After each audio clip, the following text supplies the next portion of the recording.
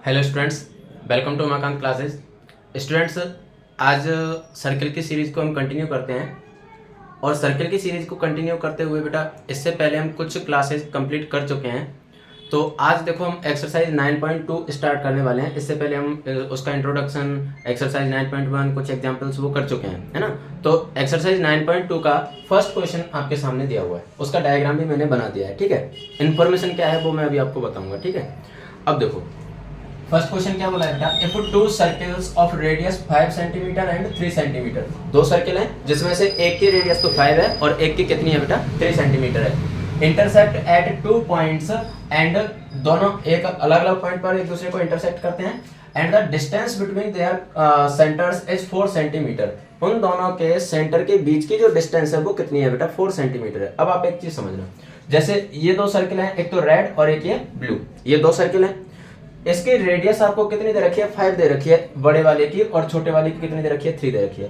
That mean कि ये जो डिस्टेंस है, अगर मान लो मैंने जो कॉमन कॉर्ड बना रखी है, इस कॉमन कॉर्ड को अगर मैं यहाँ से ज्वाइन करूं बेटा, तो ये कितना आ जाएगा, 5 सेंटीमीटर, क्योंकि ये क्या है, बड़े सर्किल की रेडियस है, बड़े सर्किल की रेडियस है, तो ये 5 हो गया। अगर आप इस डिस्टेंस को लेना चाहो तो ये भी यहाँ से लेके और यहाँ तक की ये डिस्टेंस कितनी हो गई बेटा, 5 सेंटीमीटर।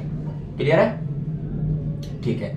उसके बाद में अगर मैं छोटे सर्किल की बात करूं तो छोटे सर्किल का जैसे सेंटर यहां पर है, तो सेंटर यहां है, तो यहां से लेके और यहां तक की इसकी रेडियस ये कितनी हो गई बेटा, 3 सेंटीमीटर। यहां से यहां तक की ये 3 सेंटीमीटर, ध्यान रखना यहां तक की, ठीक है। अब इसने बोला है कि दोनों के बीच में जो दोनों के सेंटर के बीच में जो गैप है वो कितना है, 4 सेंटीमीटर का है। तो देखो बड़े वाले सर्किल का सेंटर तो ये है, छोटे वाले सर्किल का सेंटर ये है, तो कहने का मतलब दोनों के सेंटर के बीच की जो डिस्टेंस है वो कितनी है, 4 सेंटीमीटर है। क्लियर है। अब आप एक चीज समझना कि अगर यहां पर इसका सेंटर है तो ये क्या है, इसकी रेडियस है छोटे वाले सर्किल की, तो छोटे वाले सर्किल की रेडियस ये 3 है, तो ये भी क्या हो गई, 3 होगी भाई, ये भी तो इसकी रेडियस है। अब समझो इसने पूछा क्या है, find the length of common chord. जो कॉमन कॉर्ड है वही तो बेटा क्या है, इसका डायमीटर है, वही तो इसका डायमीटर है, लेकिन हमें ये प्रूफ करना है कि डायमीटर होगा, है ना। ऐसे काम नहीं चलेगा, हमें इसको प्रूफ करना पड़ेगा।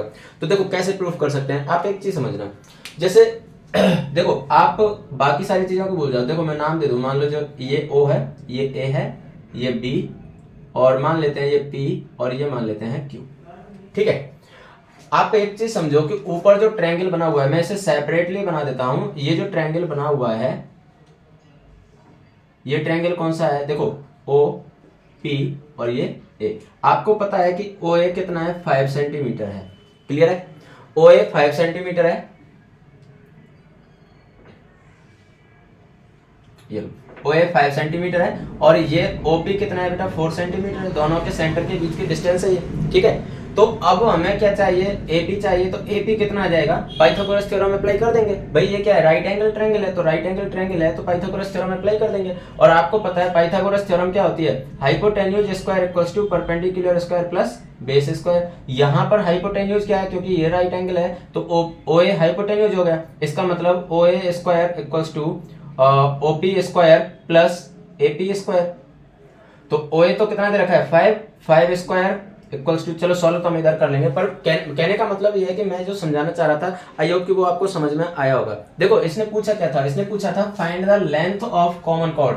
आपको कॉमन कॉर्ड की लेंथ फाइंड आउट करनी है, और इसमें कॉमन कॉर्ड कौन सी है, AB है। तो AB की लेंथ फाइंड आउट करने के लिए हम क्या करेंगे सॉरी सॉरी AB की लेंथ फाइंड आउट करने के लिए हम क्या करेंगे, AP की लेंथ फाइंड आउट करेंगे। या तो AP की लेंथ फाइंड आउट करो, उसका डबल कर दो, या फिर AP और BP दोनों को अलग अलग कर लो। बात एक ही है क्योंकि दोनों सेम होंगे, ठीक है। तो अब देखो इसके लिए हम क्या करेंगे, इसके सॉल्यूशन के लिए हम लिख सकते हैं कि in triangle OAP, triangle OAP में आप देखो OA इक्वल्स टू 5 सेंटीमीटर होगा, क्योंकि बड़े वाले सर्किल की रेडियस है, ठीक है। और OP इक्वल्स टू 4 सेंटीमीटर होगा, क्योंकि ये आपको गिवन है कि दोनों के सेंटर के बीच की डिस्टेंस कितनी है बेटा, 4 सेंटीमीटर है। बस अब आपको क्या फाइंड आउट करना है, AP। तो बाय पाइथागोरस थ्योरम, जब आप यहां पर पाइथागोरस थ्योरम अप्लाई करते हो तो ये हो जाएगा, देखो OA square equals to AP square plus OP square. तो OA तो कितना है, 5, तो देखो ये हो जाएगा 5 square equals to AP, AP तो आपको फाइंड आउट करना है, मार्कर चेंज कर लेता हूं मैं, देखो एपी तो आपको फाइंड आउट करना है, तो एपी स्क्वायर प्लस ओपी कितना है बेटा 4, तो 4 स्क्वायर, 5 का स्क्वायर कितना हो गया 25 equals to AP square plus 4 का स्क्वायर 16, 16 को इधर लेके आओ तो 25 minus 16 equals to AP square, तो कितने बचेंगे 9 इक्वल्स टू एपी स्क्वायर, तो यहाँ से एपी इक्वल्स टू कितना आ जाएगा बेटा अंडर द रूट 9, यहाँ से स्क्वायर हटाया तो इधर क्या आ जाएगा अंडर रूट, तो एपी इक्वल्स टू कितना आ गया बेटा 3 सेंटीमीटर। एपी की वैल्यू 3 आ गई, ठीक है। आपसे वैल्यू एपी की नहीं पूछी, आपसे वैल्यू किसकी पूछी है कॉमन कॉर्ड की, और कॉमन कॉर्ड कौन सी है इसमें एबी, तो आप निकाल सकते हो, तो लेंथ ऑफ कॉमन कॉर्ड देखो आगे आप लिख सकते हो, मैं इसे इरेज कर देता हूं, hence length of common chord, length of common chord AB equals to 2 into AP, या आप चाहो तो ऐसे लिख सकते हो कि similarly PV equals to also 3 centimetre, बात एक ही है ना, तो AB equals to 2 into AP कितना आया अभी 3 सेंटीमीटर, तो AB इक्वल्स टू कितना आ जाएगा बेटा 6 सेंटीमीटर, तो लेंथ ऑफ कॉमन कॉर्ड कितनी आ गई बेटा 6 सेंटीमीटर आ चुकी है। क्लियर है, ये था आपका फर्स्ट क्वेश्चन, आई होप कि क्लियर हो गया होगा, बहुत नॉर्मल सा क्वेश्चन था, ठीक है। चलिए सेकंड क्वेश्चन देखते हैं, सेकंड क्या बोलता है। देखिए सेकंड क्वेश्चन में आपको क्या दिया हुआ है, सेकंड क्वेश्चन में बोला है बेटा if two equal chords of a circle intersect within the circle, मतलब आपको दो कॉर्ड दे रखे हैं ए बी और सी डी, और ये दोनों कॉर्ड आपको क्या दिया हुआ है, दोनों कॉर्ड कैसे हैं बेटा इक्वल कॉर्ड है, देखो आपको बोला है कि दोनों इक्वल कॉर्ड हैं, ठीक है। Within the circle prove that the segment of one chord are equal to corresponding segment of the other chord, यानी जहां पर ये एक दूसरे को इंटरसेक्ट कर रही हैं, मान लो मैं इसको नाम दे दूं ई, ठीक है, और जो डायमीटर मैंने इसके करस्पॉन्डिंग बनाया है, जो पॉइंट ऑफ इंटरसेक्शन से क्रॉस हो रहा है, ये कंस्ट्रक्शन में चला जाएगा, इसको मान लो मैं नाम दे देता हूँ P और Q, सेंटर को मान लो मैंने नाम दे दिया O, और यहाँ से कंस्ट्रक्शन में जाएगा, कंस्ट्रक्शन में क्या करेंगे हम अभी बताएंगे, ठीक है। देखो इसने क्या बोला है कि दो कॉर्ड हैं और दोनों कॉर्ड कैसे हैं बेटा इक्वल हैं, और ये दोनों सर्किल के अंदर इंटरसेक्ट कर रहे हैं एक पॉइंट पर, ठीक है, एक पॉइंट पर इंटरसेक्ट कर रहे हैं। अब इसने बोला है कि आप ये प्रूफ करो कि जो पॉइंट ऑफ इंटरसेक्शन है उसके करस्पॉन्डिंग जो पार्ट हैं कॉर्ड के, वो करस्पॉन्डिंग पार्ट से इक्वल होंगे, यानी इंडिविजुअली अगर मैं कहूँ तो आपको प्रूफ ये करना है कि बी ई इक्वल्स टू होगा डी ई के और ए ई इक्वल्स टू होगा सी ई के, ये प्रूफ करना है। देखो BE यानी ये वाला जो पार्ट है कॉर्ड का वो दूसरी कॉर्ड के इस पार्ट के इक्वल होगा, सिमिलरली ये इस कॉर्ड का जो पार्ट है वो दूसरी कॉर्ड के इस पार्ट के इक्वल होगा, ये आपको प्रूफ करना है, ठीक है। अब इसको प्रूफ करने के लिए हमने क्या किया कि जो दोनों कॉर्ड जहां पर इंटरसेक्ट कर रही थी उस पॉइंट ऑफ इंटरसेक्शन से हमने एक डायमीटर बना दिया, ठीक है, और जो डायमीटर बनाया उसको नाम दे दिया PQ। क्लियर है, ठीक है, ये डायमीटर बनाया। अब यहाँ पर जो सेंटर था इसका उसको O नाम दे दिया। क्लियर, तो डायमीटर कंस्ट्रक्शन में चला गया। उसके बाद में प्रूफ करने के लिए हमने क्या किया कि सर्किल के सेंटर से दोनों कॉर्ड पर परपेंडिकुलर ड्रॉ किए। क्यों किए? क्योंकि हमें पता है कि सर्किल के सेंटर से अगर मैं परपेंडिकुलर ड्रॉ करता हूं कॉर्ड पर तो वो कॉर्ड को क्या करता है, बाइसेक्ट कर देता है। क्लियर है, बाइसेक्ट कर देता है, तो उससे हमें थोड़ी हेल्प मिल जाएगी, इसलिए मैंने ये सारा कुछ किया। क्लियर, ठीक है। तो अब देखो इसको प्रूफ कैसे करेंगे। इसका अगर मैं प्रूफ बताऊं आपको तो सबसे पहले तो प्रूफ में हम क्या लिखते हैं, गिवन आपको क्या दिया हुआ है, आपको दे रखा है AB and CD equal chords intersect at E पर इंटरसेक्ट करते हैं, ये आपको दिया हुआ है, ठीक है। उसके बाद में टू प्रूफ, तो टू प्रूफ में क्या जाएगा, आपको क्या प्रूफ करना है, आपको प्रूफ करना है कि BE equals to DE and AE equals to CE, यानी करस्पॉन्डिंग पार्ट्स इसके इक्वल होंगे, ये आपको प्रूफ करना है। उसके बाद में अब इसमें कंस्ट्रक्शन हमने काफी किया है, तो कंस्ट्रक्शन में क्या आ जाएगा, देखो कंस्ट्रक्शन में आ जाएगा, एक तो हमने डायमीटर बनाया, और वो डायमीटर कैसे बनाया, जो E से यानी पॉइंट ऑफ इंटरसेक्शन से पास हो रहा हो, ठीक है। तो कंस्ट्रक्शन में आ जाएगा draw a diameter PQ passing through point of intersection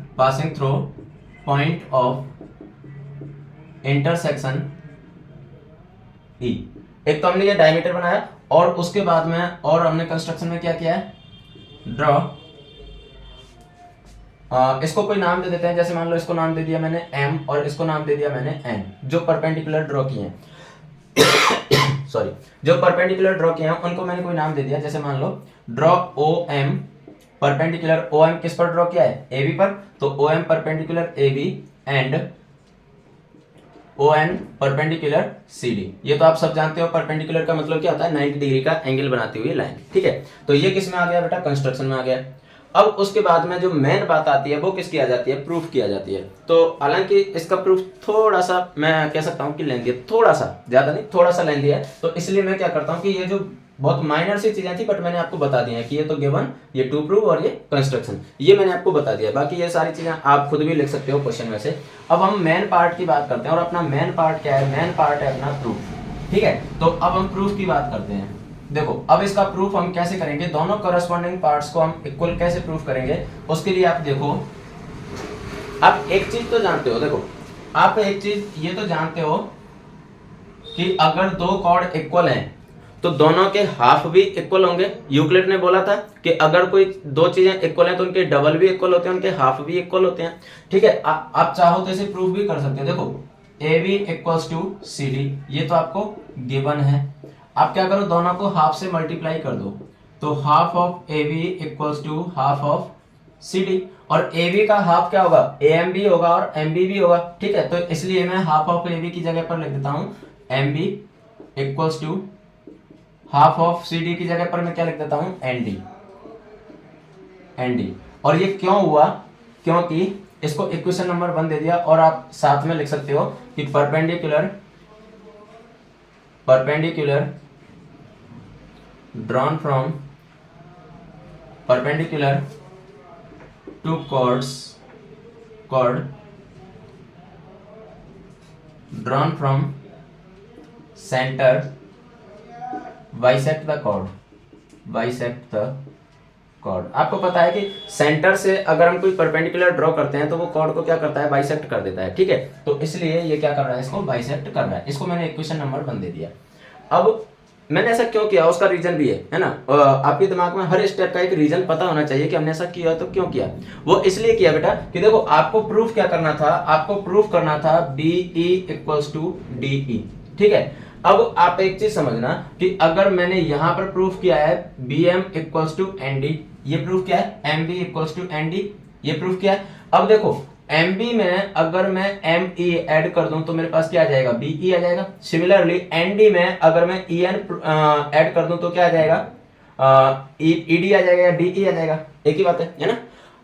अब इनको मैं ऐड कब कर सकता हूं, आपको पता है कि किसी भी इक्वेशन में कोई चीज ऐड की जा सकती है, वो तभी ऐड की जा सकती है तो जब दोनों तरफ आप सिमिलर चीज ऐड कर रहे हो। लेकिन अब यहां तो हम बोल रहे हैं कि एम बी में तो ऐड करना है हमें एम ई और इसमें ऐड करना है हमें एन ई। इसका मतलब मुझे ये प्रूफ करना पड़ेगा पहले कि एम ई और ई एन ये दोनों कैसे हैं, इक्वल हैं। और इन दोनों को प्रूफ करना हमारे लिए बहुत आसान काम है, और वो क्या है, ट्रायंगल की हेल्प लेना, कॉन्ग्रुएंसी, ठीक है। तो कॉन्ग्रुएंसी से प्रूफ करेंगे, इसीलिए मैंने इसको इक्वेशन नंबर 1 दिया था। फिर इक्वेशन नंबर 1 में हम ये वाली चीजें ऐड कर देंगे, क्लियर है। तो अब हम आगे लिख सकते हैं कि in triangle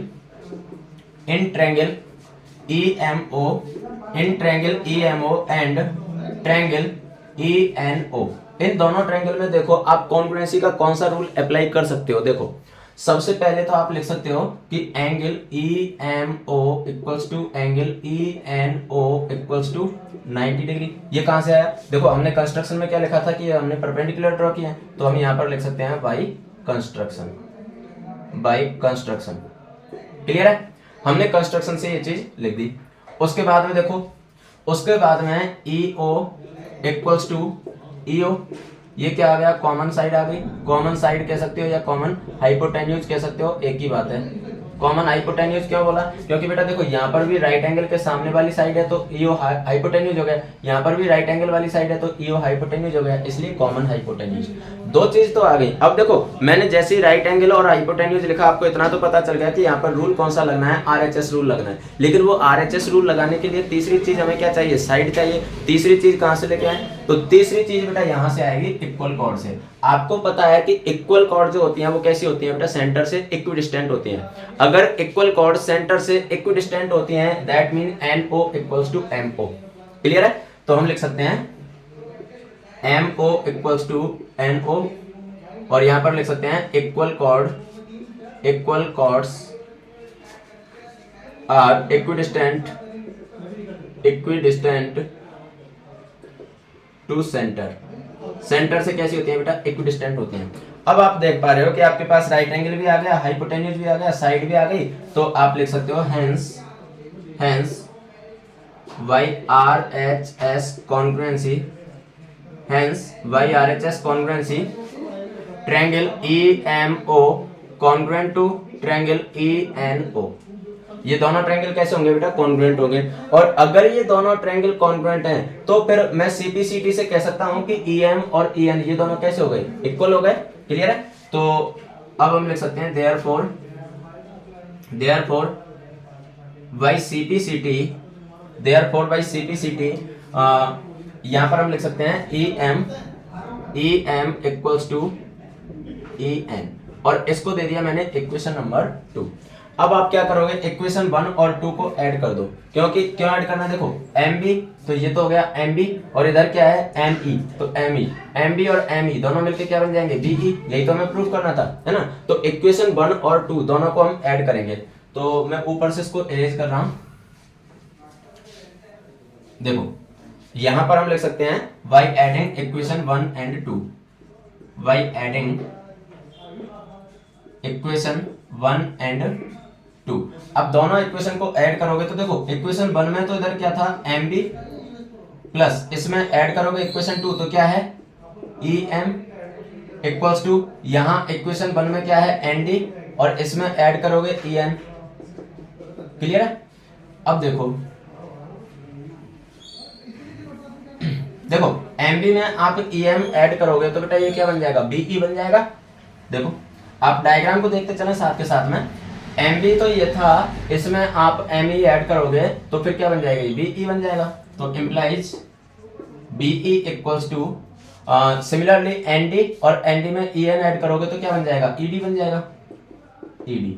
BE equals to ED। तो एक पार्ट तो हमें यही प्रूफ करना था, है ना, BE इक्वल्स टू ED यही प्रूफ करना था। दूसरा क्या प्रूफ करना है, AE इक्वल्स टू CE। तो ये तो बहुत आसान है ना। देखो AB इक्वल्स टू CD ये तो गिवन है, और इसमें से इक्वेशन 3 को माइनस कर दो। देखो सब्ट्रैक्ट इक्वेशन 3, जब आप इसको माइनस करोगे तो देखो AB में से माइनस किया आपने BE इक्वल्स टू CD में से माइनस किया आपने ED। तो देखो AB में से BE ये पूरा AB था, ये पूरा AB था, और इसमें से ये BE माइनस कर दोगे तो आपके पास क्या बच जाएगा, AE इक्वल्स टू ये पूरा था CD, और CD में से आप ED माइनस कर दोगे तो क्या बच जाएगा, CE। तो ये दूसरा पार्ट प्रूफ हो गया। क्लियर है?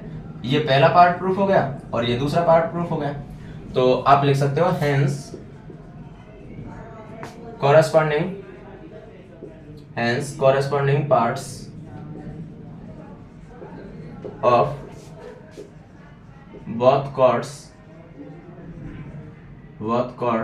are equal। हो गया प्रूफ। क्लियर है? तो ये था बेटा आपका क्वेश्चन नंबर 2। आपको समझने में थोड़ा सा शायद ये हो सकता है कि लेंदी लग रहा हो, लेकिन लेंदी एक्चुअली में है नहीं, लेंदी नहीं है। आपको क्या करना है, दोनों ट्रायंगल को कॉन्ग्रुएंट प्रूव करना है। वहां से CPCT से आप ये लिखोगे, और यहाँ से आपने परपेंडिकुलर ड्रॉ किया है तो हाफ इनके इक्वल होंगे, तो इनके जो हाफ है उस हाफ में जो आपने CPCT से प्रूव किया उसको ऐड कर दो, आपका आंसर आ जाएगा। इतना सा काम है बस। क्लियर है? ठीक है, तो ये था बेटा क्वेश्चन नंबर 2। अब हम चलते हैं क्वेश्चन नंबर 3 पर।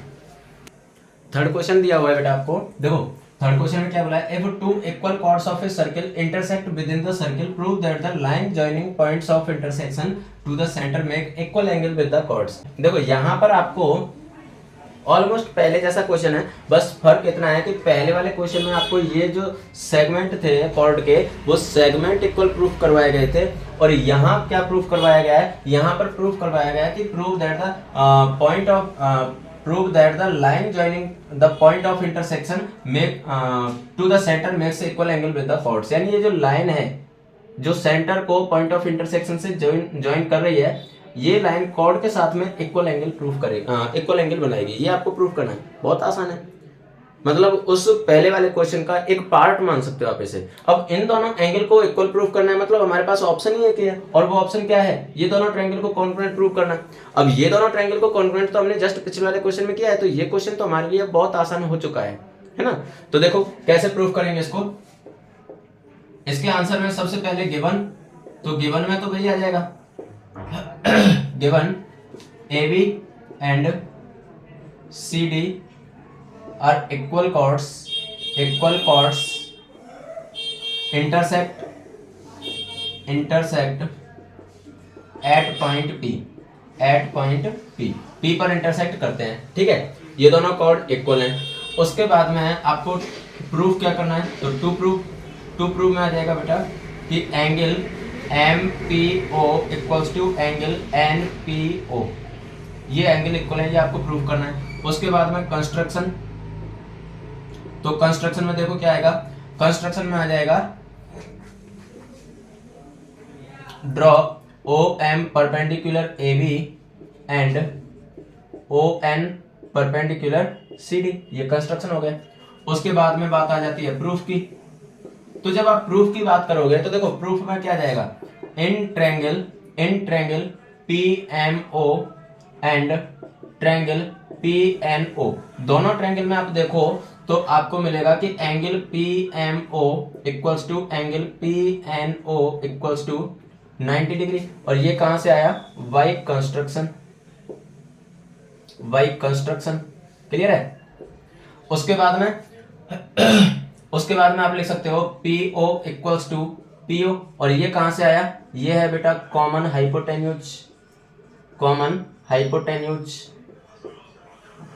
उसके बाद में OM इक्वल्स टू ON, और ये कहां से आया, ये पूरा वही है जो हमने पिछले वाले क्वेश्चन में किया है ना। तो ये कहां से आया, तो यहां पर आप लिख सकते हो इक्वल कॉर्ड्स आर इक्विडिस्टेंट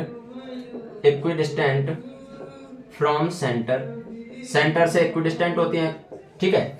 तो अब आप लिख सकते हो राइट एंगल भी मिल गया, हाइपोटेन्यूज भी मिल गया, साइड भी मिल गई। तो इसका मतलब आप लिख सकते हो hence by RHS congruency triangle PMO congruent to triangle PNO। और जैसे ही ये दोनों ट्रायंगल कॉन्ग्रुएंट हुए तो आप क्या लिख सकते हो, तो आप लिख सकते हो कि angle MPO equals to angle NPO, और ये कहां से आ गया बेटा, YCPCD। और यही तो आपको प्रूव करना था, MPO equals to NPO, clear है। तो बहुत नॉर्मल सा, बहुत छोटा सा क्वेश्चन था जो आसानी से आप प्रूफ कर सकते हो, क्लियर है। तो ये था बेटा आपका क्वेश्चन नंबर 3। अब हम चलते हैं क्वेश्चन नंबर 4 पर। तो देखिए बेटा फोर्थ क्वेश्चन आपको दिया हुआ है, और फोर्थ क्वेश्चन में क्या बोला है, if a line intersect two concentric circle with centre O at A B C and D prove that AB equals to CD। बहुत नॉर्मल सा क्वेश्चन है। आपको दो कंसेंट्रिक सर्कल दिए हुए हैं। कंसेंट्रिक का मतलब क्या होता है, जिनका सेंटर एक ही हो वो सर्कल। मतलब सीधा सा है कि जैसे आप सर्कल बना रहे हो, जैसे आपने ये सर्कल बनाया तो कंपास रखा, घुमाया, सर्कल बन गया। अब आप उसकी आर्क चेंज कर दो, आर्क चेंज कर दोगे, जैसे ज्यादा कर दी तो फिर दूसरा सर्कल बन गया उसी सेंटर से, तो वो क्या हो जाते हैं, कंसेंट्रिक सर्कल हो जाते हैं। जैसे यहाँ पर ये जो सेंटर है वो सेंटर इस छोटे वाले सर्कल का भी है और इस बड़े वाले सर्कल का भी है, ठीक है। तो ये इसका मतलब होता है कंसेंट्रिक का। अब इसने क्या बोला है कि एक लाइन है जो A B C और D इन 4 पॉइंट पर इन दोनों सर्कल को अलग अलग इंटरसेक्ट कर रही है, ठीक है। आपको प्रूफ करना है कि AB इक्वल्स टू क्या होगा, CD होगा। बहुत आसान सा काम है। आप एक चीज समझना कि AD क्या है बेटा, बड़े वाले सर्कल की कॉर्ड है, क्लियर है, और BC क्या है, छोटे वाले सर्कल की कॉर्ड है, क्लियर। अब मान लो अगर मैं इस सेंटर O से इस पर एक परपेंडिकुलर ड्रॉ कर दूं, मान लेते हैं कि यहां से मैंने इस पर परपेंडिकुलर ड्रॉ कर दिया, तो आपको पता है कि सर्कल का जो सर्कल के सेंटर से जो परपेंडिकुलर ड्रॉ करते हैं कॉर्ड पर, वो क्या करता है, कॉर्ड को बाइसेक्ट कर देता है, क्लियर। तो अगर ये कॉर्ड को बाइसेक्ट करेगा तो ऑब्वियस सी बात है BC कॉर्ड को भी बाइसेक्ट करेगा और AD कॉर्ड को भी बाइसेक्ट करेगा, दोनों कॉर्ड को बाइसेक्ट करेगा। अब दोनों कॉर्ड को अगर ये बाइसेक्ट करेगा तो इसका मतलब मैं ये कह सकता हूं कि B M equals to M C होगा, similarly A M equals to M D होगा। क्लियर है। अब A M equals to M D, इसमें से B M equals to M C को माइनस कर दो तो हमें जो प्रूफ करना है वो मिल जाएगा। इतना सा काम है बस, इसमें ज्यादा कुछ है भी नहीं। ठीक है, तो देखो सॉल्व करते हैं इसे। सबसे पहले हम लिखते हैं गिवन, तो गिवन में क्या आ जाएगा, two concentric circle and A line intersect at A, B, C and D। Clear. उसके बाद में टू प्रूफ, तो टू प्रूफ में क्या आ जाएगा बेटा, टू प्रूफ में आ जाएगा A B equals to C D. उसके बाद में कंस्ट्रक्शन, तो कंस्ट्रक्शन में हमने क्या किया है, यहाँ पर कंस्ट्रक्शन में हमने किया है कि O M perpendicular A D, O M perpendicular to AD, ये आ गया किसमें, कंस्ट्रक्शन में। अब बात आ जाती है प्रूफ की, तो देखो प्रूफ में हम लिख सकते हैं इसमें A M equals to M D, equation number 1। और ये कहां से लिखा हमने, ये हमने लिखा है कि because perpendicular from centre bisect the chord. आपको पता है कि सर्किल के सेंटर से जब हम परपेंडिकुलर ड्रॉ करते हैं वो कॉर्ड को क्या करता है, बाइसेक्ट करता है। ठीक है, तो ये हो गया इक्वेशन नंबर 1। सिमिलरली आगे हम लिख सकते हैं B M equals to C M, equation number 2। और इसका रीजन क्या हो जाएगा, रीजन एकदम सेम रहेगा। ठीक है, क्योंकि छोटे वाले सर्किल के लिए BC कॉर्ड है तो इसलिए BM इक्वल्स टू MC हो गया, बड़े वाले सर्किल के लिए AD कॉर्ड है तो AM इक्वल्स टू MD हो गया। क्लियर। अब आप क्या करोगे कि इक्वेशन 1 में से इक्वेशन 2 को क्या कर दो बेटा, माइनस कर दो। ठीक है, इक्वेशन 1 में से इक्वेशन 2 को माइनस करो, तो देखो ये हो जाएगा AM minus BM equals to MD minus CM। देखो ये था AM, इसमें से आप BM माइनस कर दोगे तो आपके पास क्या बचेगा, AB बचेगा। देखो ये पूरा AM था, यहां से देखो यहां से लेके यहां तक AM था। अब इसमें से आपने BM माइनस कर दिया, BM माइनस कर दिया, अब क्या बचा आपके पास, AB। तो इसका मतलब AM minus BM equals to क्या आ गया, AB इक्वल्स टू, ये था पूरा। देखो यहां से लेके यहां तक क्या था, ये पूरा MD था। MD में से आप MC माइनस कर दोगे तो अब आपके पास क्या बचेगा, CD। तो MD माइनस CM, ये क्या हो गया, CD। और यही तो हमें प्रूफ करना था।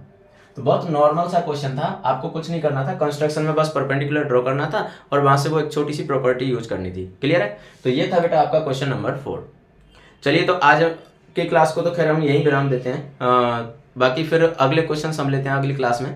तो आई होप कि ये सारे क्वेश्चन आपको समझ में आ गए होंगे, और फिर भी अगर कोई क्वेरी है तो आप कमेंट बॉक्स में कमेंट कर सकते हो। ठीक है, नेक्स्ट क्लास में हम उसको ले लेंगे।